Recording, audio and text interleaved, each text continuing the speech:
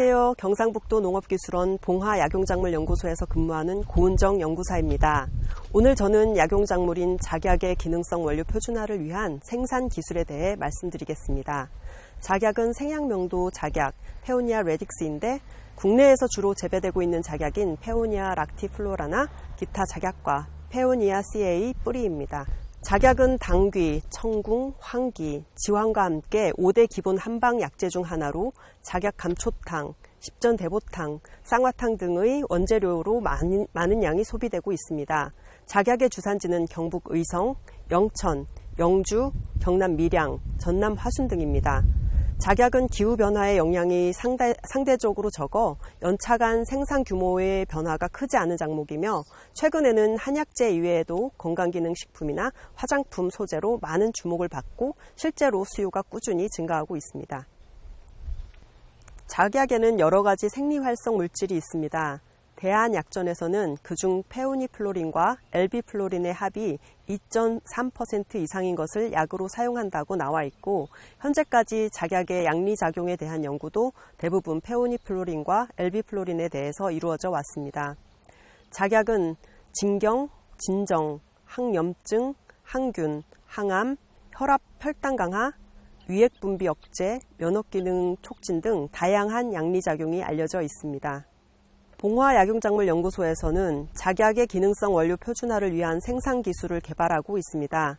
기능성 원료란 일상 식사에서 결핍되기 쉬운 영양소나 인체에 유용한 기능을 가진 원료 또는 성분을 말합니다. 이 기능성 원료를 사용하여 제조하는 것이 건강기능식품입니다. 건강기능식품은 인체의 정상적인 기능을 유지하거나 생리기능 활성화를 통하여 건강을 유지하고 개선하는 식품을 말합니다. 건강기능식품은 식품의약품안전처에서 동물시험, 인체적용시험 등 과학적 근거를 평가하여 인정한 기능성 원료로만 제조 가능하기 때문에 일반적으로 건강식품이라고 판매되고 있는 것과는 다르며 건강기능식품이라는 문구 또는 인증 마크로 확인 가능합니다. 현재 개발되어서 판매되고 있는 건강기능식품은 기억력 개선, 체지방 감소, 콜레스테롤 개선, 장 건강, 소화 기능, 면역 기능, 항산화 등 인체에 유용한 기능을 가진 원료를 사용하여 제조되고 있습니다. 작약의 경우 작약 추출물이 함유된 복합물이 위 점막을 보호하여 위 건강에 도움을 줄 수 있다는 기능성 인정을 받아 최근 여러 건강기능식품들이 개발되어 판매되고 있습니다. 건강기능식품을 개발하기 위해서는 기능성 원료의 표준화 과정이 선행되어야 합니다.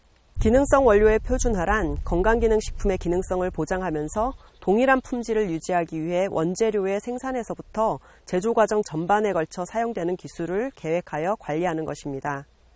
이렇게 함으로써 원료가 가지고 있는 고유 성분의 조성과 함량의 변동을 최소화해서 제품에 표기되어 있는 기능성을 보장할 수 있도록 하는 것입니다. 현재 국내 농가에서 재배되고 있는 작약의 대부분은 종자 번식을 통해 여러 가지 형질을 가진 품종들이 혼종되어 있어 기능성 원료의 표준화가 무엇보다 중요합니다.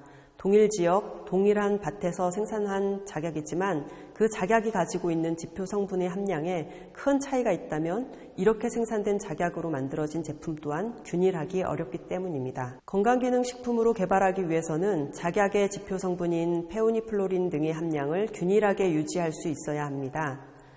페오니아 락티플로라로 같은 학명을 갖는 작약이라 하더라도 품종에 따라 지표 성분인 페오니플로린 함량이 차이가 발생하므로 반드시 원료로 사용하려는 품종의 지표 성분 함량을 확인하고 사용하여야 합니다.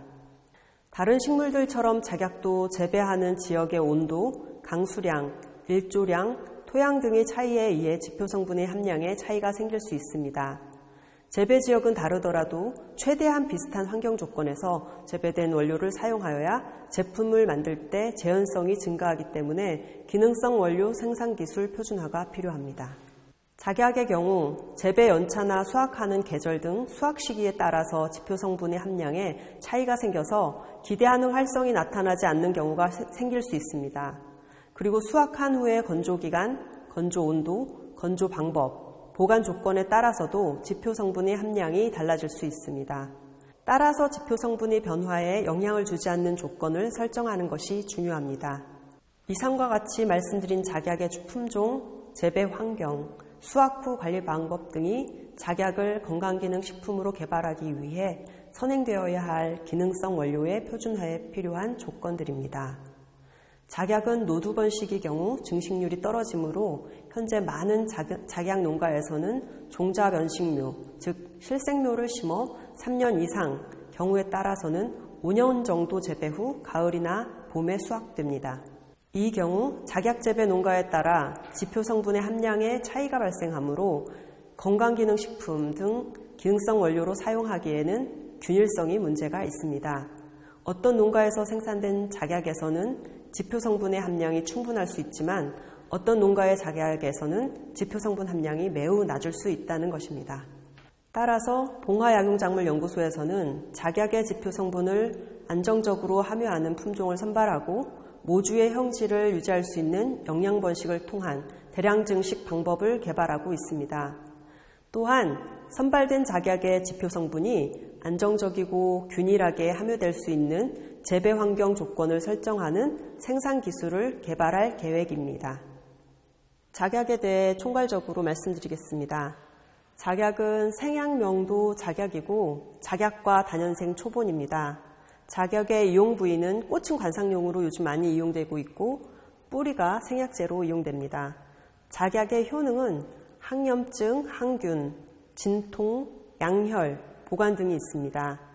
작약의 경북 재배 비중은 56% 이상으로 많은 비중을 차지하고 있습니다. 작약의 품종에는 백산 한 품종이 있습니다. 작약의 주산지는 의성, 영천, 영주, 밀양, 화순 등이 있습니다.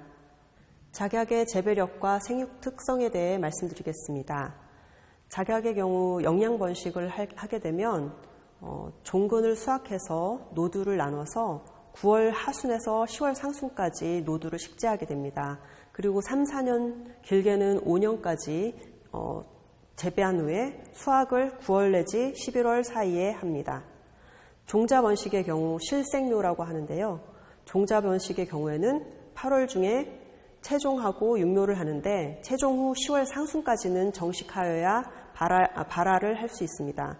그리고 식재 후 5, 6년 후 수확이 가능합니다. 수확 역시 9 내지 10월에 이 사이에 이루어져야 합니다. 생육 특성에 대해 말씀드리겠습니다. 작약의 경우 5월 중순부터 25일까지가 가장 최고로 꽃이 많이 피는 시기이고 꽃색은 적색, 백색, 분홍색 등 다양합니다. 작약 기능성 원료 표준화를 위해서 가장 먼저 이루어져야 하는 것이 지표 성분을 충분히 함유하고 있는 품종의 선발입니다.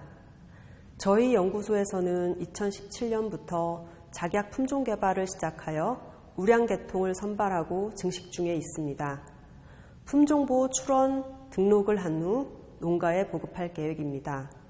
작약의 기능성 원료 표준화를 위한 재배 기술에 대해 궁금하신 점이 있으시면 봉화약용작물연구소로 문의해 주시기 바랍니다.